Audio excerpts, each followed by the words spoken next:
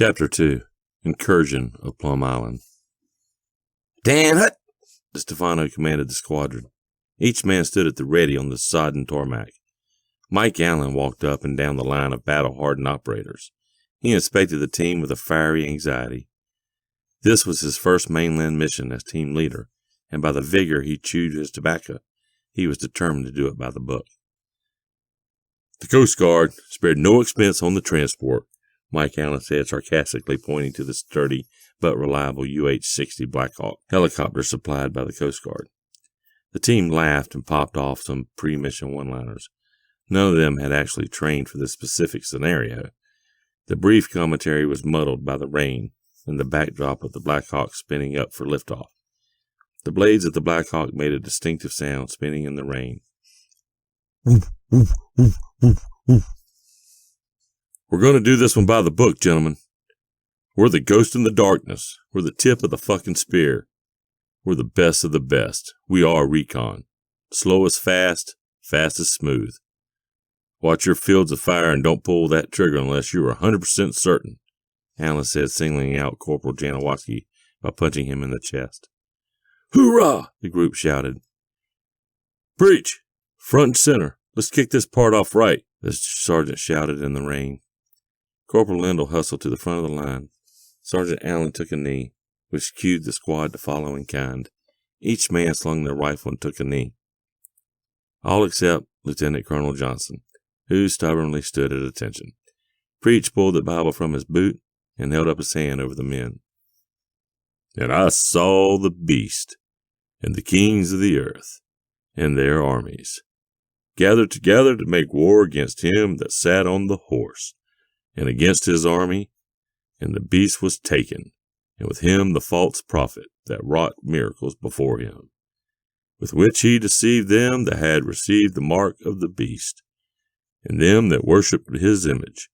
These both were cast alive into a lake of fire, burning with brimstone. Corporal Lindell closed his Bible and stuck it back into his left boot. He had an uneasy feeling about this mission, and wore the burden of nervousness like a cheap suit on a private detective. Mike wasn't a religious man, but the verses helped convince the men to be brave. He didn't believe in any particular religion or some kind of higher power. Mike believed in odds. Mike believed in playing the numbers. Mike believed in creating his own luck. Mike looked up from the prayer and stared at the sky like a turkey looking up during the rain. Water droplets were running down his face as he gawked up at the storm. His fatigues had already dampened and absorbed the initial onslaught of tsunami. The skyline was as black as a cup of freshly brewed Arabic bean coffee. Let's move out, men, Allen said with commanding authority. The men huffed to the Black Hawks and quickly mounted up.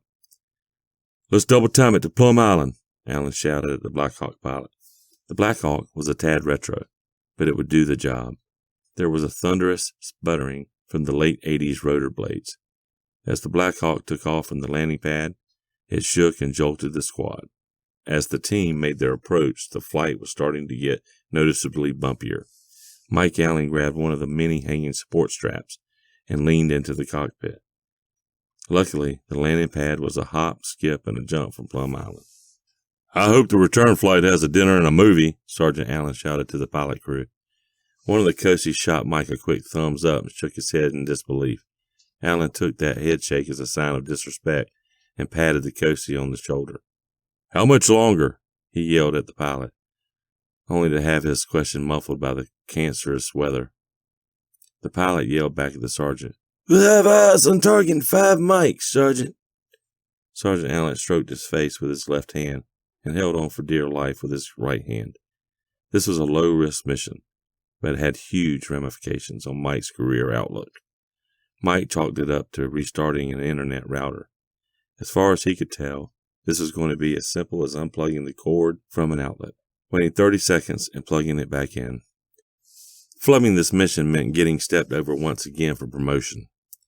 That was a risk Mike couldn't take. Mike was determined to get the job done, no matter what the cost. The pilot motioned over to Mike Allen and pointed down at the island. Turn up the music. The gunnery sergeant smiled and clicked the play button on his MP3 stereo.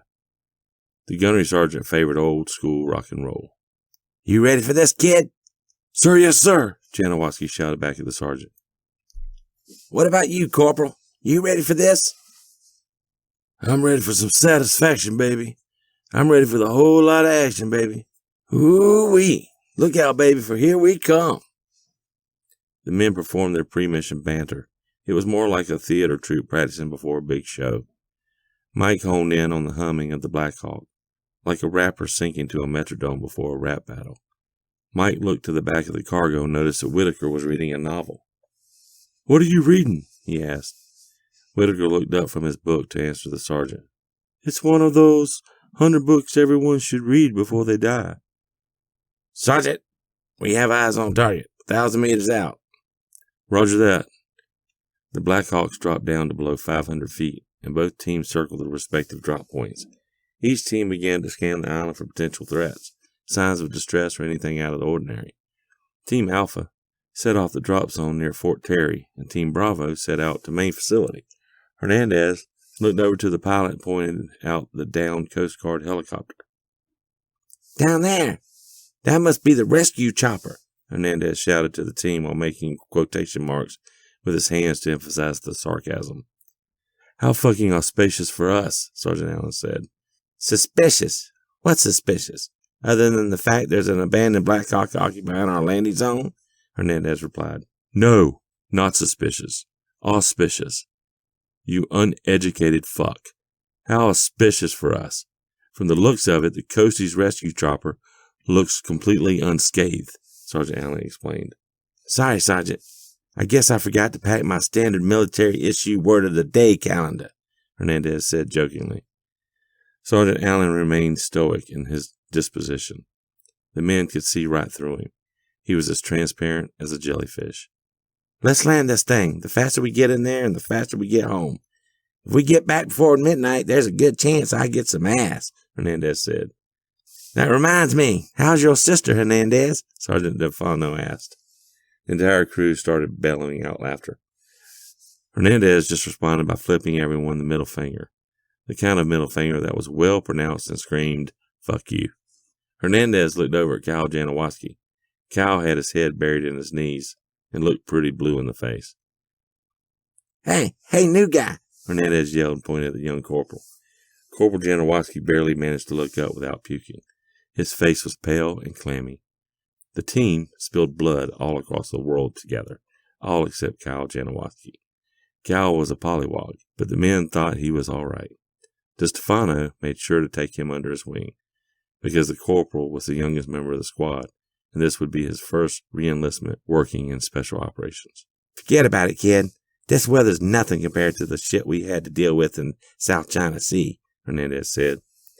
A large gust of wind nearly tipped the chopper to 35-degree angle. The irony was not lost on Hernandez. He started laughing and barely held on. All the men braced for the relentless onslaught of turbulence. Just remember one thing, new guy, Hernandez said to the young corporal. Yeah, what's that? Slow is smooth, smooth is fast. One wrong move and it's your ass. Just watch your muzzle discipline and you'll be fine, Hernandez explained. Cal shook his head and shot Hernandez a receptive thumbs up. Cal was starting to feel more at home with the squad. The humor acted as a conduit for rapport building with the squad. Hernandez and Janikowski were singing along to the retro soundtrack like a couple of drunk frat bros at karaoke night. A once contentious relationship had become a bromance of sorts. Quit your yapping! We're almost at the LZ, Sergeant Allen proclaimed persuasively. The Black Hawk maneuvered above the landing zone and hovered right off the coast of the island. The team was spitting distance from Fort Terry. Sergeant Allen slid the cargo door open to get a first-hand look off the ground. From the sky, it looked like the coast was clear. Fort Terry! Looks completely dark, sir, Commander Riley said while pointing down from the pilot seat of the Black Hawk. It's pitch black. I can't see a fucking thing down there, the co-pilot replied. Commander, we need to establish a line of communication before we touch down. Radio the control tower, Mike Allen explained feverishly. This is Red Sparrow. Come in, Fort Terry. This is Red Sparrow with Coast Guard Command. Come in, Fort Terry. Fort Terry, do you read me? Over. The commander desperately attempted to hail the desolate fort. The commander radioed the control tower for another 5 minutes to no avail.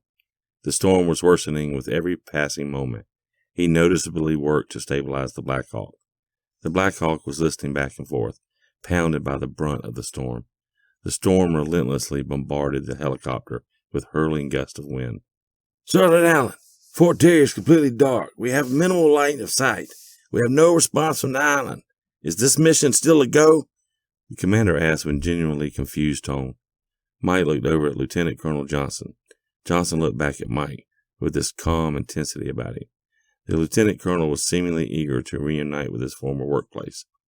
Mike wanted to make a good impression with the company man, so he gave him plenty of authority.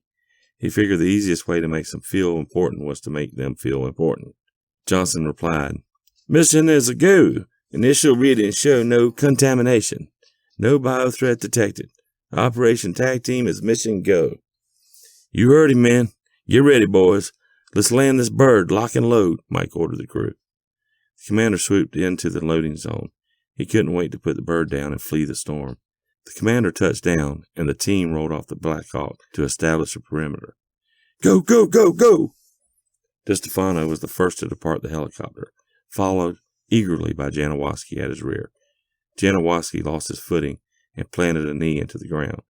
His knee pad plunged almost 4 inches into the soil. The soil appeared to be solid from the sky, but to everyone's surprise was an amalgamation of sand, dirt, and water. In the process of getting unplugged from the earth, Janikowski unceremoniously decorated the better part of his leg in mud. To save face with the squad, Janikowski held his rifle at a slanted angle and scanned the beach for hostiles.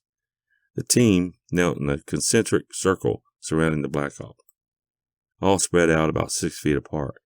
The water was blasting them in the face as each team member began to scan the environment, each of them battle-tested and weapons ready.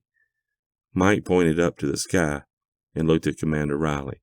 First, Sergeant Allen signaled at the commander to take off by pointing up and whirling his hand in the air. The commander saluted back at the sergeant like two knights about to joust. The commander pulled back on the yoke and took off into the sky. As far as he was concerned, he couldn't get off the island fast enough.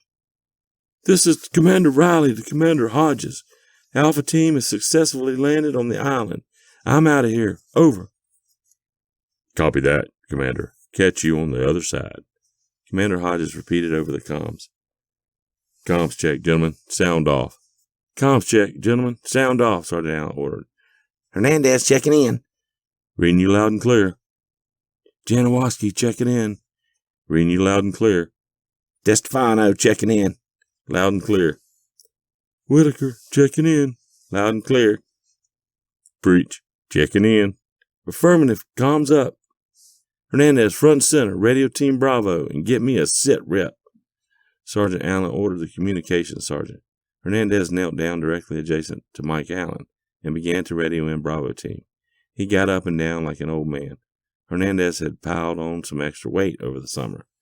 Normally, his fighting weight was around 185 pounds, but these days it was probably closer to 245.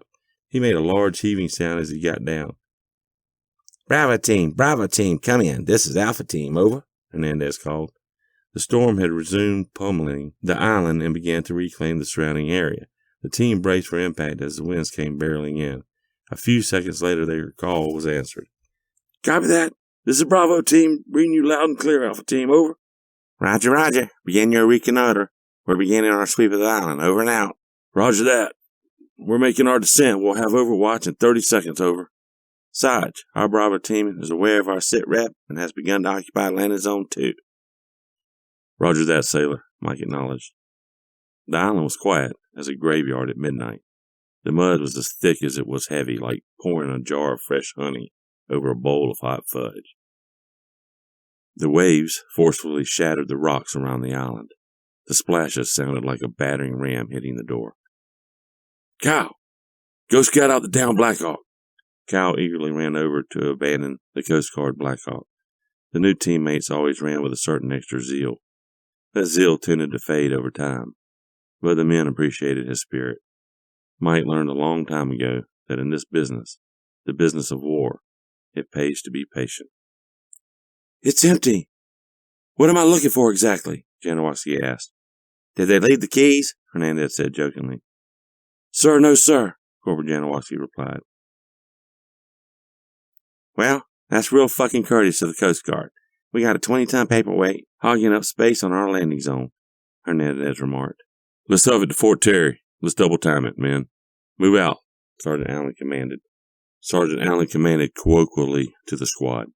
Tony eagerly obliged and without a moment's hesitation took point for the team. The fort was less than one click from the landing zone. The initial brief on the weather conditions was dead on balls accurate. The unlit fort was barely visible given the weather conditions. The storm was relentlessly adulating around the island. Thunder glamoured as Tony led the team to Fort Terry. Each flash of lightning was followed by a roaring thunderclap. The squadron moved out, scanning the environment from head to toe. As the squad continued to advance on Fort Terry, the weather steadily began to dissipate. There was a momentary respite in the storm. The ingress was short, and the men secured several vantage points around Fort Terry. As the men approached the fort, the rain subsided, just long enough to get eyes on target. Each of the men took a knee and aimed their barrels down at Fort Terry, each keenly scoping out sections of the fort for signs of life. Sir, from the looks of it, I think we're better off just going straight to Building 257. I think we should link up with the Bravo team and head for the main objective, Hernandez suggested. Hernandez got up from his prone position and casually unslung his rifle. Clearly, he wasn't taking this situation very seriously. As far as he could tell, this was no threat environment and a big waste of time. No one is paying you to think, Hernandez. Shoulder your fucking firearm and get back into formation, Sergeant Allen shouted over the comm line. Sergeant DeStefano got up from his prone position and strolled over to where Sergeant Allen was standing. Allen grabbed his night vision enhanced binoculars and started investigating the fort in greater scrutiny. Sir, believe it or not, I actually agree with Hernandez on this one. The fort looks completely deserted, Sergeant DeStefano said in a disappointed tone of voice. DeStefano pulled out his 6-inch serrated steel combat knife and started shaving the side of his cheek with it. The blade was damp and covered in cold rainwater. It wasn't a proper shave, more of a nervous tick. Every scrape across his 5 o'clock shadow produced a subtle screech, like a rake scraping its concrete. First Sergeant Mike Allen looked at the rest of the team and remained silent to ponder his options. On the one hand, he could hump it over to the main objective. On the other hand, he could waste time exploring the obviously abandoned fort. Hernandez, front and center. Keep the perimeter locked down until we get back. Corporal Janikowski, you've got overwatch. Everyone fall back into position and watch out 6. Lieutenant Colonel Johnson, on me, Sergeant Allen said. The Lieutenant Colonel and Sergeant Allen both ran to the entrance of the fort. At the entrance, there was an empty check-in station. The check-in was only about the size of a prison cell. Mike took his tack light and flashed it into the check-in. From the looks of it, the check-in had been hastily deserted. Mike and the Colonel advanced further towards the entrance of the fort. The entrance of the fort was loosely fortified and full of obvious security shortcomings. Aside from the check-in station, there was a mere 6-foot chain-link fence surrounding the perimeter of the fort. The fort was about as secure as a run-of-the-mill strip mall. Let me guess, the boys back at the Department of Defense figured someone would have to be complete imbecile to invade an island this close to the mainland. So why bother protecting it? So why bother outfitting it with any type of serious defense? Mike asked the Colonel in a somewhat pissed-off tone of voice. Don't blame me. I just used to work here, Lieutenant Colonel Johnson said in an attempt to deflect the criticism away. The men strolled on through the perimeter defense check-in station.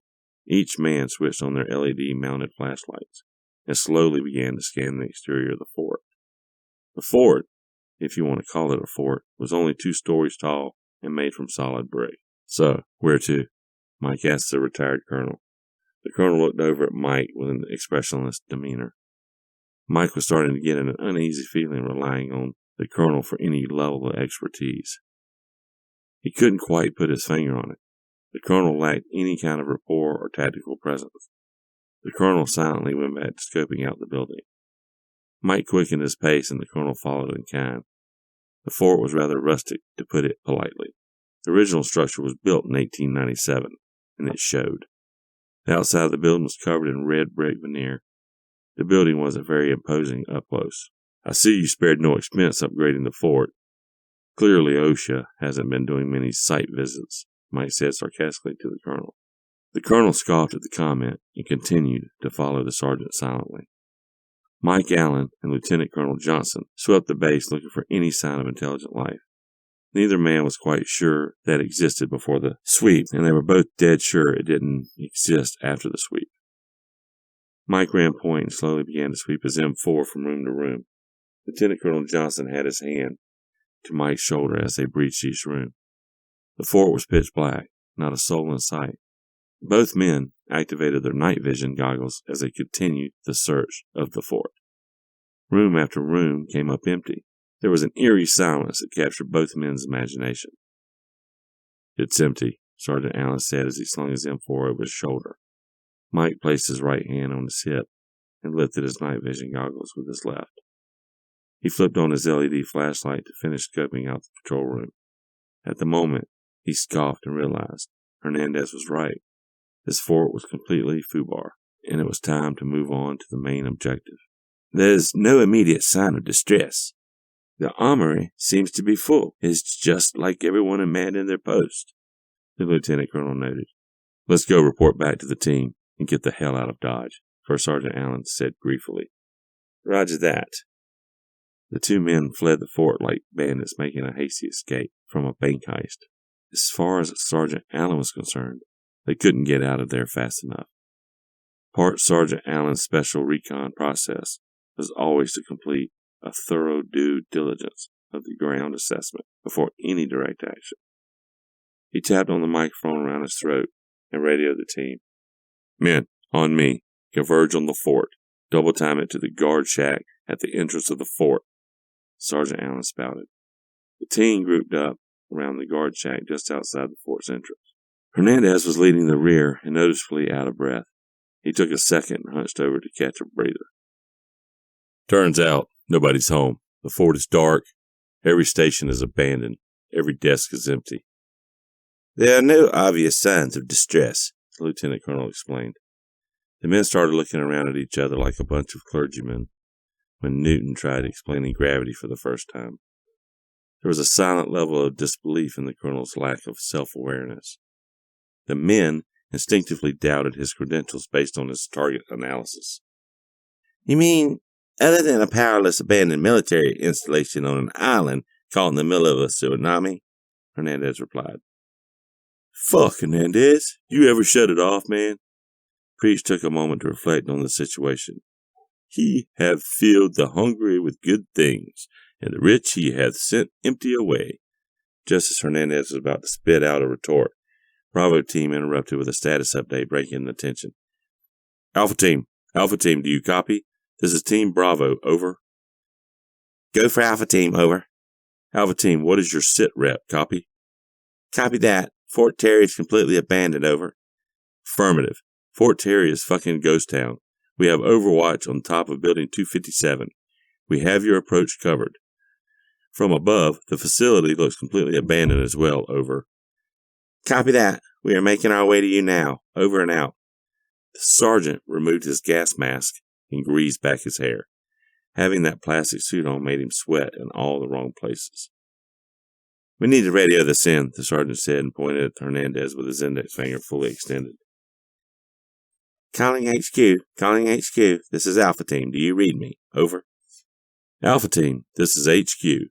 We're reading you loud and clear. What's your sit rep, over?" "Fort Terry is completely bust, over." "Copy that. Any contaminants detected?" "Negative, over."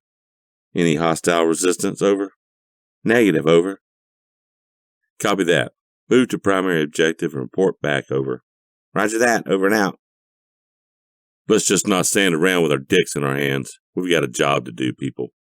Not a second after Mike shouted his order, the weather worsened sharply, as if God herself was warning the squad. It was relentless, unforgiving, an undenying storm. The squad charged towards their rendezvous point. The conditions for their approach were suboptimal, but that was the job. The team was racing towards building 257, at a snail's pace.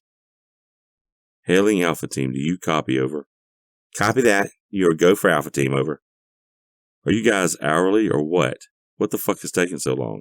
Requesting a sit rep, over. We can't see shit in these hazmat suits. We're running knee-deep through mud, and the rain is obscuring our visibility, over. Roger that. Do you need some cheese with that wine, over? Copy that, Bravo Team. You'd like to switch places. Be my fucking guest. We are up to our asses in mud, over and out. 10-4, Alpha Team. We got you covered, over and out. Meanwhile, on the roof, tempers were high with Bravo Team. Anxiety had started to fatigue the men like a group of drunk friends trying out an escape room for the first time. Staff Sergeant Miller was the only one with basic biochem mission experience, let alone for a BSL-4 weapons lab. Aside from that, most of the men just learned about the island several hours ago. The men were pacing back and forth out of formation, seemingly just stuck on the rooftop in purgatory. Overwatch secure, Staff Sergeant, Barnes whispered over the comm line while scoping out the perimeter of the building. Roger that, Marine. Stay frosty. All quiet on the western front, Staff Sergeant. Roger that. Roger that, man. Hey, Sarge. I thought Sergeant Allen was some kind of badass. What in hell is taking Alpha Team so damn long? Lance Corporal Yamada asked. Staff Sergeant Miller scoffed at the corporal's flippant remark towards the first sergeant. The staff sergeant had little tolerance for any form of sarcasm. He felt it was a form of subordination, and not the conduct of a true warrior. The sergeant was very hands-on and got his grimy fingers prints on every part of the mission. He was kind of a control freak, probably due to his youth and exuberant inexperience. By the time you started learning geography in high school, Allen was running Black Ops in our countries you've never seen or read about. He holds the record for the longest unconfirmed kill in military history. A hair inch past 1,200 feet, Miller explained to the talented marksman. Corporal Barnes immediately regretted his decision and did the smart thing, which is to say he shut the hell up. Miller crouched down and turned his peering gaze downrange through his optical scope. Sir, I can't see shit out here, Corporal Barnes noted. The visibility was an obscure as looking out of an old dirty window screen in the middle of the snowstorm. Stay frosty, boys. Just because we can't see nobody doesn't mean nobody can't see us, Miller ordered the team. Back on the ground, Alpha Team was bogged down in the mud. The team was approximately 2 clicks outside of the building 257. DeStefano stopped dead in his tracks, and he took a knee. He motioned to the squad by raising his fist in the air. Sir, we have eyes on target, DeStefano said with contentment. First Sergeant Allen looked over to Hernandez and signaled him by tapping on the side of his helmet. Hernandez pulled out his TAC radio and began to deliver a sit rep to Bravo Team. Hernandez, call in our position. I don't want to get fucking shot sneaking up on these guys. Yamada can shoot the wings off a fly from over 1,000 yards. Allen said out of respect for his fellow crewmen. Bravo Team, come in. This is Alpha Team, over. Roger that. Alpha Team, go for Bravo Team, over. Staff Sergeant Miller responded swiftly. We can see the main facility on the horizon. Confirm receipt of infrared laser, over. Allen signaled over to Sergeant Whitaker and then pointed back at Building 257. Whitaker pulled out his infrared laser pointer and ranged it to the target. Whitaker struggled to steady the laser pointer in high winds. The downpour of water was obscuring his vision and making the laser slip in his hand. He finally managed to steady the laser long enough to get a range. Roger that, Alpha Team. We've picked up your rangefinder. You're 1,500 yards out, over. Over and out, Hernandez said. All right, let's move out, Allen said. DeStefano hopped up from his prone position and advanced towards the main facility. As far as Sergeant Allen was concerned, DeStefano was probably the most competent marksman of the bunch and had the balls to back it up. There was rarely a mission where he didn't take point for the team. As the men began to work their way towards the objective, DeStefano decided to drum up some small talk with the crew. Do you know that more than 1.5 million Italian Americans enlisted to serve in World War II? The most of any minority group in America. DeStefano said while waving his hands in the air. Yeah? Did you have any family members that served? Corporal Janikowski asked in a curious tone of voice. DeStefano was his unofficial mentor and felt that he should get better acquainted. He figured some innocuous small talk was the right way to get that done. You know it. My great-grandfather Guido DeStefano enlisted the Army on June 1st, 1940. DeStefano explained proudly. The team was trudging along trying to traverse the elements of the island. The monsoon had turned the island into a nominal swamp of muddy sand and decrepit shrubbery. The elements had slowed the team's approach to a literal crawl. Which side did your grandfather fight for? Hernandez asked jokingly. The team started chuckling at DeStefano's expense. DeStefano shook his head and responded by saying, How about go fuck yourself, Hernandez? Come on, you know I'm just clowning you, bro, Hernandez replied. Hernandez, if I want to laugh, I'd follow you into the bathroom and watch you take a piss, DeStefano said. That's a good one. I'll make sure to write that down, Hernandez replied. DeStefano shot back a middle finger as stiff as morning wood. As the team approached the objective, they couldn't help out wonder where everyone went. The island looked completely evacuated, but no one was sure what to make of it all. DeStefano came to a sudden stop and shouted, Eyes on the prize, gentlemen. We're spitting distance from the objective. The team stood about 50 yards from the target location, just off to the right side of the entrance. Sarge, what do you figure happened here? Nobody's paying you to think, Hernandez. You know what I think? No, but I'm sure we're all going to find out. I think we're sent here on a giant goose hunt, sir. That's an interesting theory. Isn't it, though? You know what I think. Sir? I think you should get on the radio and call in our position to Bravo team. Sir, yes, sir. Corporal Janikowski, front and center, First Sergeant ordered the young Marine. Hernandez squatted down to the radio in the team's position. Janikowski ran over to the sergeant and stood at attention. His posture was impeccable. He stood upright and ready for his orders. Grab a flare out of my backpack, Sergeant Allen commanded the young corporal. The corporal stuck his hand in Sergeant Allen's backpack and started rummaging around for the flare. Allen's backpack was cluttered like a woman's purse after Labor Day. Corporal, this isn't a prostate exam. Grab the fucking flare. The sergeant yelled at Janikowski. The sergeant's temper started to boil over, and it showed in his demeanor. His normal, predictable patience had dissipated to a dull disposition. Ah, the corporal said as he found the flare and pulled it out of the backpack. He held the flare in the air like an Olympic torch runner. Sergeant Allen, Hernandez yelled. What is it, Hernandez? The sergeant replied. I can't reach Bravo team. Comms seem to be down, Hernandez explained. What? Impossible. Try again, Lieutenant Colonel Johnson said in a wary tone. I did, 3 separate times. All comms are down.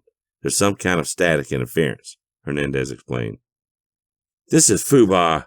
I'm convinced that this place is fucking haunted, DeStefano said while clutching onto his Italian horn and crucifix like an old Italian woman praying at a church pew. Check that shit. You superstitious asshole. Comms down. Comms go up. It happens, Sergeant Allen explained. Sergeant Allen grabbed the flare from Janikowski and started looking over it. Janikowski, have you ever used one of these before? Sergeant Allen asked while holding the flare in front of Janikowski's face. Sir, no sir, Janikowski replied. It's simple. Snap the top off and wave it in the air. Be careful, though. That is a pyrotechnic flare. It emits bright white light, Sergeant Allen explained. Pyrotechnic? Is it dangerous? He asked. Not unless you plan on sticking it up your ass. Get to work, soldier, and pop that fucking flare, Allen said.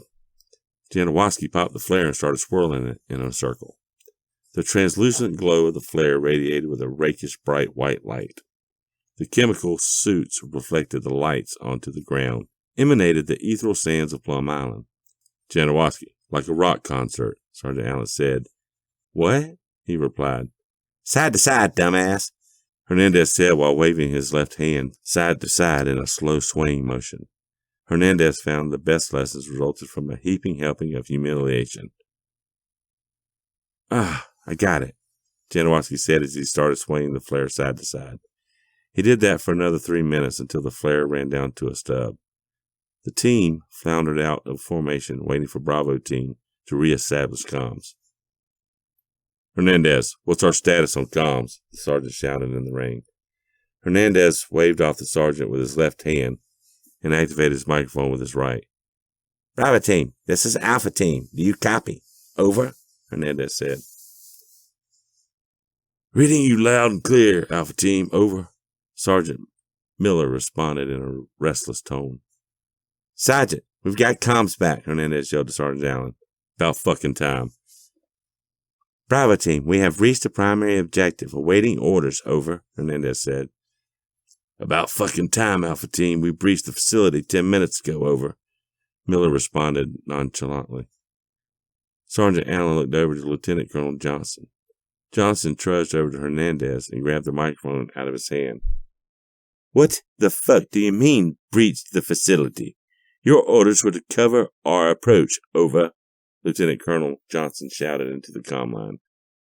Exigent circumstances, Lieutenant Colonel, over, Miller replied without remorse.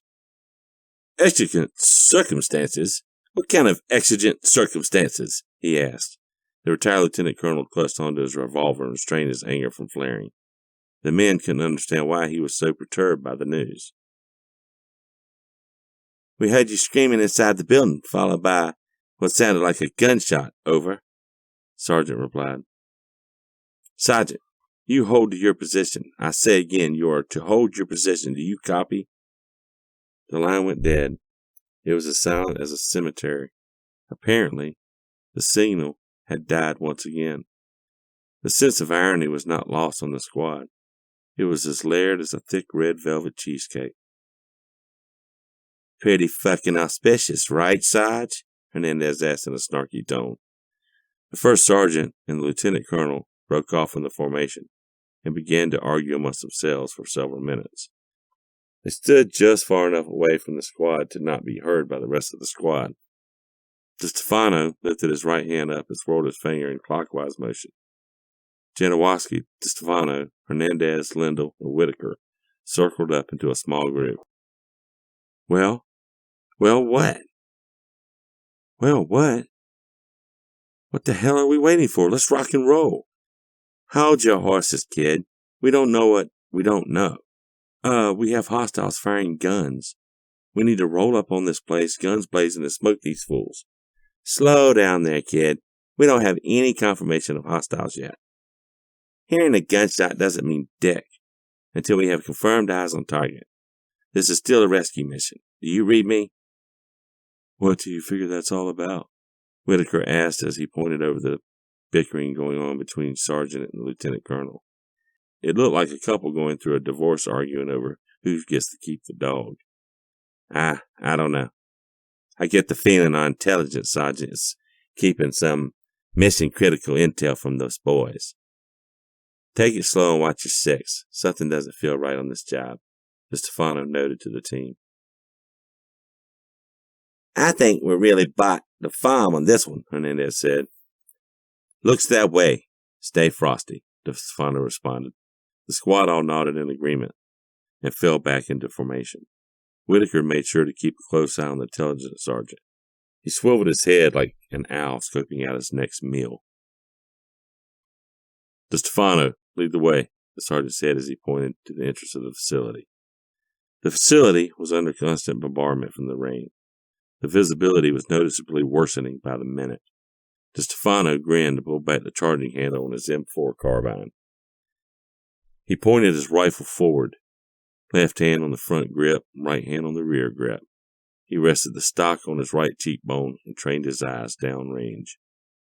As the men swept the remainder of the perimeter of the facility, the extreme weather obstructed everything but the facility.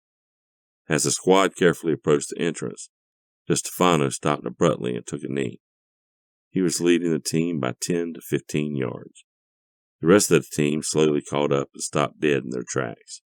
The team was at the doorstep of the facility. Building 257 had a massive entrance. The only problem was the front door was wide open. The men stopped and stared at the entrance in complete